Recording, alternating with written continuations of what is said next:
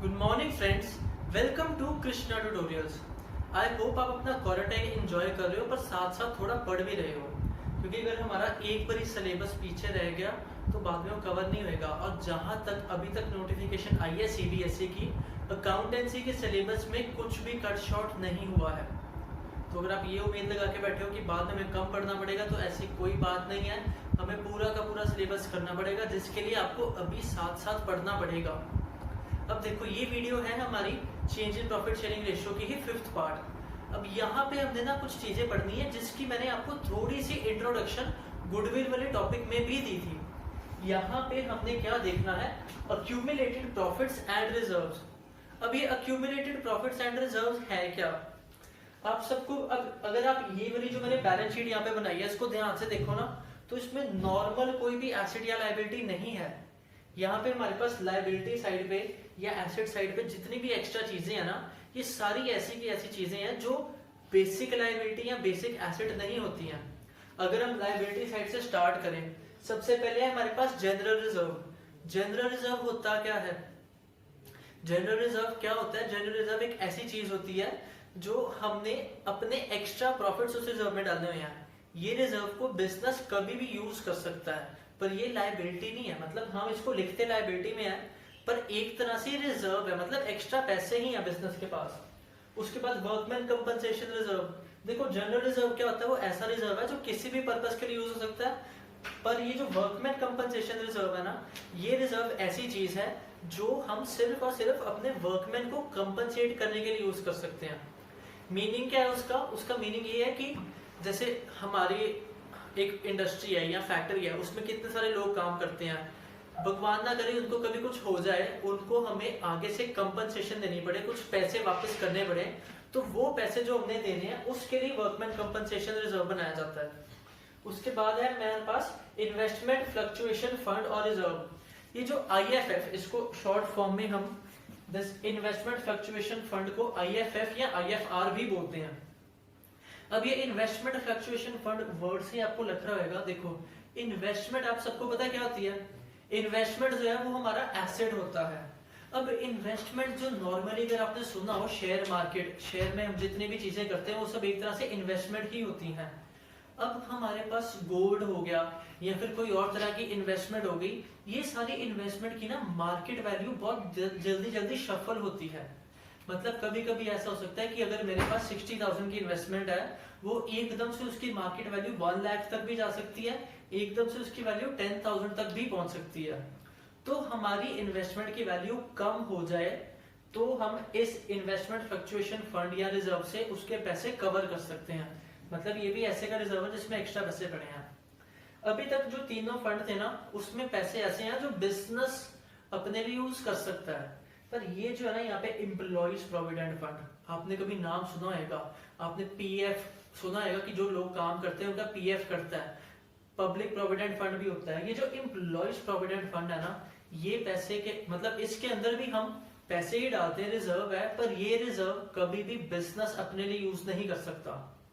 ये होता है एम्प्लॉइज का पैसा। ये जो एम्प्लॉइज का पैसा है एम्प्लॉइज प्रोविडेंट फंड में, इसको बिजनेस कभी यूज नहीं कर सकता। मतलब इसको ना तो हम अपनी मर्जी से बढ़ा सकते हैं ना कम कर सकते हैं। इसके पैसे किसी भी और चीज के लिए, एम्प्लॉइज प्रोविडेंट फंड के पैसे और किसी भी चीज के लिए कभी भी हम यूज नहीं कर सकते हैं। लास्ट पे हमारे पास है प्रॉफिट एंड लॉस अकाउंट। अब आप सोच रहे होंगे कि बैलेंस शीट में प्रॉफिट एंड लॉस अकाउंट क्या कर रहा है? बैलेंस शीट में profit and loss account normally तो नहीं शो होता, पर अगर यहाँ पे शो हो रहा है तो साथ में ऐसे ये भी लिखा है क्रेडिट बैलेंस। क्रेडिट बैलेंस क्यों? क्योंकि लायबिलिटी का अपना बैलेंस भी क्रेडिट ही होता है। अब आप मुझे बताइए, अगर profit and loss credit balance है तो वो प्रॉफिट हो गया या लॉस? +1 क्लास के फ्लैशबैक में जाओ, वहां पे नॉमिनल अकाउंट का रूल याद करो, debit all expenses and losses, credit all incomes and gains. तो अगर हमारा profit and loss account credit balance है, मतलब फर्म का प्रॉफिट है। ये कुछ ऐसी चीजें हैं जो थोड़ी डिफरेंट है, थोड़ी हटके हैं। ये आपको मैं स्पेशली इस क्लास में इन चीजों के बारे में क्यों बता रहा हूँ, आपको बस थोड़ी देर में पता चल जाएगा। फिलहाल हम एसेट साइड पे आते हैं। अब देखो, एसेट साइड पे ये जो गुडविल है, ये आपको लग रहा है आपने इसके बारे में कुछ सुना हुआ? हमने 2 क्लासेस में किया था, जब हम गुडविल का चैप्टर कर रहे थे और वहां पे सीख रहे थे गुडविल निकालते कैसे हैं। वहां पे ये गुडविल मतलब प्री एग्जिस्टिंग गुडविल को माइनस करते थे। और रिसेंटली जब हमने ओल्ड गुडविल और न्यू गुडविल की कैलकुलेशन सीखी तो ये हमारी क्या थी, जो बैलेंस शीट में एसेट के अंदर होती है, ये ओल्ड गुडविल थी जिसको राइट ऑफ करना होता था। इसको राइट ऑफ करने के लिए क्या करते थे, हम सारे पार्टनर्स में बांट देते थे पुरानी रेशो में, ओल्ड पार्टनर्स में ओल्ड रेशो में। इसके बाद है हमारे पास advertisement suspense account. Advertisement suspense account एक ऐसा अकाउंट है जो हमारे पास 90% बच्चों पास एक लौती एग्जांपल होती है, किस चीज की, डेफर्ड रेवेन्यू एक्सपेंडिचर या फिर फिक्टिशियस एसेट की। कोई भी हमसे पूछता है ना कि फिक्टिशियस एसेट क्या होता है, तो हम सीधा बोल देते हैं कि advertisement suspense account fictitious asset होता है। हाँ, नो डाउट ये फिक्टिशियस एसेट है, और फिक्टिशियस एसेट होने का मतलब ये एसेट है ही नहीं, पर इसको हमने लिखा तो एसेट साइड पे हुआ ना। तो ये जो चीज है इसको भी हमने, ये भी एक तरह से डिफरेंट चीज है। उसके बाद हमारे पास इन्वेस्टमेंट। इन्वेस्टमेंट नॉर्मल इन्वेस्टमेंट, ये मैंने सिर्फ इसलिए लिखा था क्योंकि यहाँ पर हमने इन्वेस्टमेंट फ्लक्चुएशन फंड लिखा था, तो यहाँ पे इन्वेस्टमेंट भी लिख दी। और लास्ट है profit and loss account. Profit and loss account आप सोचोगे इधर भी है इधर भी है, तो ये किसी कंपनी की सच्ची मुच्ची की बैलेंस शीट नहीं है। मैं आपको एक परफॉर्मा बना के दिखा रहा हूँ कि ये चीज या तो इधर होगी या इधर होगी। प्रॉफिट एंड लॉस अकाउंट कभी भी दोनों जगह नहीं आएगा, पर दोनों में से किसी भी जगह पे हो सकता है। अब प्रॉफिट एंड लॉस अकाउंट के साथ लिखा हुआ है डेबिट, मतलब प्रॉफिट एंड लॉस अकाउंट का डेबिट बैलेंस। एंड वैसे भी सारे एसेट बेचारे डेबिट में ही जाते हैं और सारी लायबिलिटीज क्रेडिट वाली होती हैं। तो मतलब अगर एसेट साइड पे लिखा हुआ है profit and loss debit balance, इसका मतलब है कि वो हमारा लॉस है। अब ये सारी चीजें हम क्यों पढ़ रहे हैं, इन सारी चीजों के बारे में हमने बहुत ध्यान से इसलिए पढ़ना है क्योंकि हम जो पार्टनर्स थे अपनी रेशो बदल रहे हैं। अब देखो, अगर 3 पार्टनर्स थे ए बी एंड सी, वो अपनी रेशो बदल रहे हैं, तो जिस दिन वो अपनी रेशो बदल रहे हैं ना, वो ये सारी चीजों पे जरूर गौर करेंगे। देखो सिंपल सी मेरी बात समझो, एक तो वैसे भी ये चैप्टर का नाम ही यही है, change in profit sharing ratio. इसके बाद जो नेक्स्ट चैप्टर है ना एडमिशन, अगर मैं आपको उसकी एग्जांपल से बताऊं तो आपको ज्यादा अच्छा क्लियर होएगा। मान लो 3 पार्टनर थे, इक्वली प्रॉफिट शेयर कर रहे थे 1/3 1/3 1/3। उन्होंने एक और पार्टनर को एडमिट कर लिया। जब एक और पार्टनर को एडमिट किया तो सबका शेयर हो गया 1/4 1/4 1/4 1/4। मतलब जब किसी को 33 रुपीज मिल रहे थे उसकी जगह 25 रुपीज मिलना शुरू हो गए। अब उन लोगों ने सोचा यार ये बंदा नया आया है, आगे से तो इसको शेयर मिलेगा, पर हमारे पुराने जितने भी रिजर्व्स हैं वो हमने बनाए हैं, जितने भी हमारे पास प्रॉफिट्स हैं वो हमारे हैं, और चलो नया आया जितने हमारे लॉसेज हैं वो भी हमारे हैं, तो वो हम पहले ना बांट लें इसको लेने से पहले। और वही चीज हमारी change in profit sharing ratio में भी होती है। अगर पहले वो प्रॉफिट बांट रहे थे इक्वली, मान लीजिए 1:1:1, और बाद में बांट रहे हैं 3:2:1 में, तो वो लोग कहेंगे कि हमारी रेशो बदलने से पहले उस दिन तक के, मतलब रेशो बदलने से पहले जितने भी हमारे पास रिजर्व्स थे या फिर अक्यूमुलेटेड प्रॉफिट्स या लॉसेस थे, उन सबको पुरानी रेशो में पहले खत्म कर दो, ताकि जब हमारी रेशो चेंज हो तो एक नए सिरे से हम उस चीज को करें। अब इस चीज को आपको मैंने गुडविल के टॉपिक में भी बताया था, जितनी भी लायबिलिटीज है, लायबिलिटीज की नेचर क्या होती है, लायबिलिटीज की क्रेडिट नेचर होती है। जब ये सारी लायबिलिटीज को हमने खत्म करना है, अब जनरल रिजर्व क्या है, जनरल रिजर्व पड़ा हुआ था बस बिजनेस में, अभी तक यूज नहीं हुआ, तो हमने सोचा यार आगे चाहिए होगा फिर बना लेंगे। फिलहाल ये जनरल रिजर्व में हमने इक्वली पैसा डाला था, तो पहले इससे इक्वली पैसा निकाल लेते हैं ताकि जब रेशियो चेंज हो तब डिस्प्यूट ना हो। और वर्कमैन कंपनसेशन रिजर्व के 3 केसेस होते हैं, आईएफएफ के भी 3 केसेस होते हैं। इसमें से देखते हैं मैक्सिमम हम इस वीडियो में कितना कवर कर पाएंगे, बाकी नेक्स्ट वीडियो में करेंगे। अब सिंपल सी बात बस ये समझनी है कि सारी जो लायबिलिटी साइड पे चीजें हैं ना, इनका बैलेंस है क्रेडिट, तो इनको खत्म करने के लिए इनको क्या करेंगे, क्रेडिट वाली चीज को खत्म करने के लिए डेबिट करते हैं, और डेबिट में अगर ये जाएंगे तो क्रेडिट कौन होंगे, क्रेडिट होंगे हमारे पार्टनर्स। और पार्टनर्स क्रेडिट हो रहे हैं तो पार्टनर्स का फायदा कि नुकसान, पार्टनर्स कब क्रेडिट होते हैं, जब उनका कैपिटल अकाउंट बढ़ता है। उनका कैपिटल अकाउंट कब बढ़ता है, जब उनको फायदा होता है। मतलब रिजर्व, ऑब्वियसली रिजर्व पार्टनर्स पे बांटेंगे, उनको तो फायदा ही हो रहा है ना कि हाँ रिजर्व के पैसे बिजनेस पर थे हमें मिल गए, फायदा हो गया। Profit and loss credit balance, मतलब प्रॉफिट बढ़ा हुआ था बिजनेस के पास, हमें मिल गया, हमें फायदा हो गया, तो उनका अकाउंट बढ़ेगा। जब हम एसिड की नेचर क्या होती है, अब ऑब्वियसली अगर लायबिलिटीज की क्रेडिट है तो एसिड की डेबिट की होगी। तो आपको अगर नहीं भी पता था तो एक चीज का पता चलने से दूसरी चीज आप अपने आप फिगर आउट कर सकते हो। तो एसिड अगर डेबिट होते हैं, इनको खत्म करने के लिए क्या करेंगे, इनको खत्म करने के लिए क्रेडिट करेंगे, इनको क्रेडिट करेंगे तो डेबिट भी तो किसी को होना पड़ेगा। वो डेबिट कौन होएगा? फिर से पार्टनर्स ही होंगे। पार्टनर्स डेबिट कब होते हैं? जब उनका कैपिटल कम होता है, मतलब उनको नुकसान होता है। तो गुडविल भी आपको याद होगा जब राइट ऑफ करते थे, ये राइट ऑफ करने का मतलब क्या है? गुडविल यहाँ पे तो लिखी हुई है कि गुडविल मान लो 50,000 की लिखी हुई है, पर क्या उसके पैसे दे रहा है आपको कोई? तो जब वो एसेट आपको खत्म करना पड़ेगा, उसके पैसे किससे रिकवर करेंगे? पार्टनर से। फिक्टिशियस एसेट क्या एसेट है? नहीं, ये तो ऐसा खर्चा है जो हमने खर्चा किया हुआ था, उसको तोड़ तोड़ के बांटा हुआ है। अगर ये नहीं आता तो +1 की क्लास में सीखना, +1 की भी वीडियोस डालूंगा मैं। कि अभी फिक्टिशियस एसेट को खत्म करने के लिए पैसे कौन देगा? पार्टनर्स ही देंगे। इन्वेस्टमेंट छोड़ दो, अगर profit and loss account debit balance है, मतलब लॉस है, अब लॉस को भी कौन बांटेगा? पार्टनर्स ही बांटेंगे। अब ये बोरिंग या इंटरेस्टिंग जो भी लेक्चर था इसको खत्म करते हैं और आपको पार्टनर्स कैपिटल अकाउंट में या फिर जर्नल एंट्री में दिखाते हैं कि इस चीज को करना कैसे है। हाँ जी, तो देखो हमने एक छोटी सी एग्जांपल करेंगे और इस एग्जांपल में ना दो सिंपल टॉपिक्स, उसी इतने सारे टॉपिक्स में से दो सिंपल टॉपिक्स करेंगे और जो थोड़े से डिफरेंट टॉपिक्स हैं, डिफरेंट है, डिफिकल्ट नहीं है, वो टॉपिक्स हम नेक्स्ट वीडियो में करेंगे आराम से।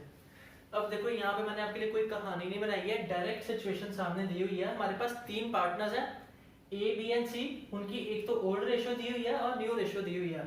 ओल्ड रेशियो 1:1, न्यू रेशियो 3:1, मतलब 1/3, 1/3, 1/3, 3/6, 2/6 एंड 1/6। और यहाँ पे हमें सिर्फ 2 चीजें दी हुई हैं, general reserve and advertisement suspense account. अब ये चीज मैंने आपको यहाँ पे इसलिए बना के दे दी कि आपको मैंने पहले ही बता दी बैलेंस शीट में कहाँ आते हैं। अब इतनी हमारे पास जगह नहीं है फिलहाल बैलेंस शीट बनाने की, तो मान लो ये बैलेंस शीट में चीजें दी हुई हैं। अब बिना वीडियो को रिवाइंड किए प्लीज ऑनेस्टली, वैसे तो बहुत सिंपल क्वेश्चन पूछ रहा हूँ मैं, बताओ जनरल रिजर्व कहाँ पे होता है? एसेट में या लायबिलिटी में? लायबिलिटी में होता है। बहुत सिंपल क्वेश्चन था। जनरल रिजर्व हमारी लायबिलिटी है और एडवर्टाइजमेंट सस्पेंस अकाउंट बहुत ही प्रिडिक्टेबल, मैंने बोल दिया कि एक लायबिलिटी है तो दूसरा एसेट ही है। वैसे नॉर्मली ऐसा नहीं होता, पर हाँ एडवर्टाइजमेंट सस्पेंस अकाउंट हमारे एसेट्स में लिखा होता है। अब देखो हमारे पास ओल्ड रेशियो है 1:1, न्यू रेशियो है 3:1। पहली बात मेरे को बताओ, जो 2 चीजें दी हुई हैं, एक जनरल रिजर्व और एक एडवर्टाइजमेंट सस्पेंस अकाउंट, इनके लिए मुझे क्या सैक्रिफाइसिंग या गेनिंग रेशियो निकालने की जरूरत है? नहीं है, फिलहाल नहीं है। सिर्फ इन 2 चीजों की बात करें तो मुझे सैक्रिफाइसिंग या गेनिंग रेशियो निकालने की जरूरत भी नहीं है। हमने क्या करना है, देखो जनरल रिजर्व होता क्या है? जनरल रिजर्व मतलब बिजनेस के पास 30,000 रिजर्व में पड़ा हुआ है, जो उन्होंने सोचा था कभी जरूरत पड़ेगी तो इस्तेमाल करेंगे, पर वो रेशो बदल रहे हैं। तो उन्होंने सोचा यार हमारी रेशो बदल जाएगी, फिलहाल तो ये जनरल रिजर्व हमें 1:1 में है, मतलब इस जनरल रिजर्व में हम तीनों का इक्वल शेयर है, पर बाद में ए का बढ़ जाएगा और सी का कम हो जाएगा, साफ ही नजर आ रहा है। तो क्यों ना इसको पहले ही पुरानी रेशो में बांट लेते हैं, बाद में अगर चाहिए होगा तो उस रेशो में फिर से बना लेंगे। तो यहाँ पे हमने सबसे पहले क्या करना है, ये जनरल रिजर्व पार्टनर्स में डिवाइड कर देना है। जब ये पार्टनर्स में डिवाइड करना है तो जनरल रिजर्व लायबिलिटी है, लायबिलिटी मतलब इसकी नेचर क्रेडिट है, इसको खत्म करने के लिए या डिवाइड करने के लिए क्या करेंगे? डेबिट। और ये रिजर्व पार्टनर को मिल रहा है मतलब उसकी कैपिटल बढ़ रही है, उसकी कैपिटल बढ़ रही है मतलब पार्टनर को क्या करेंगे? क्रेडिट। अब इसकी जर्नल एंट्री हमारे पास होती है general reserve account debited to old partners account और ओल्ड रेशो में। ओल्ड पार्टनर्स के नाम हमें दिए हुए हैं, हम उसी तरह करेंगे। इसकी जर्नल एंट्री देखो आएगी general reserve account debited, general reserve account debited और to A's capital, to B's capital and to C's capital. ये सिंपली हमने क्या किया, जनरल रिजर्व कितना था 30,000, ये जनरल रिजर्व को डेबिट में डालेंगे 30,000 में, और बाकी ये तीनों हमने किसको बांटने हैं? पार्टनर्स को। किस रेशो में? ओल्ड रेशो में। ओल्ड रेशो क्या है? 1:1:1। तो 30,000 का 1/3 10,000, तो तीनों को 10,000 मिल जाएगा। तो यहाँ पे आएगा 10,000, इसका भी 10,000 एंड इसका भी 10,000। यहाँ पे हमारा जनरल रिजर्व का टॉपिक खत्म। जनरल रिजर्व सबसे सिंपल टॉपिक होता है, मतलब अगर आपको बैलेंस शीट में लायबिलिटी साइड पे जनरल रिजर्व दिया हुआ है, आपने उसको ऐसे बांट देना है। क्लियर?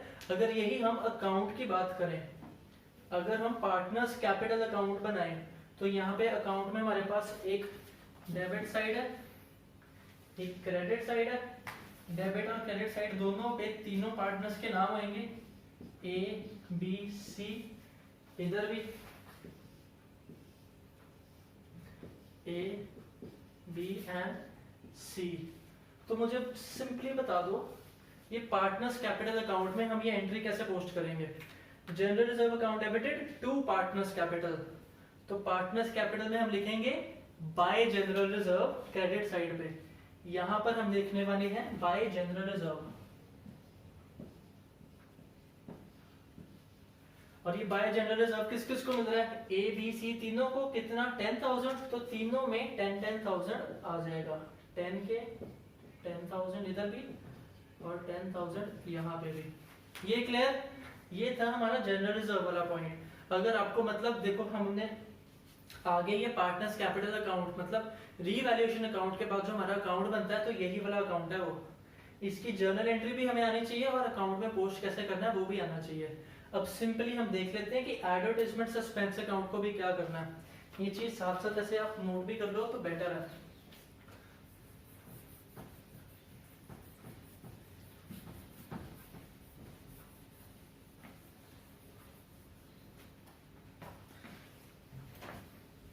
अब देखो जनरल रिजर्व बांट दिया। जनरल रिजर्व लायबिलिटी थी, क्रेडिट नेचर था, पैसे पड़े हुए थे, पार्टनर को दे दिया, पार्टनर की कैपिटल बढ़ गई और जनरल रिजर्व खत्म हो गया।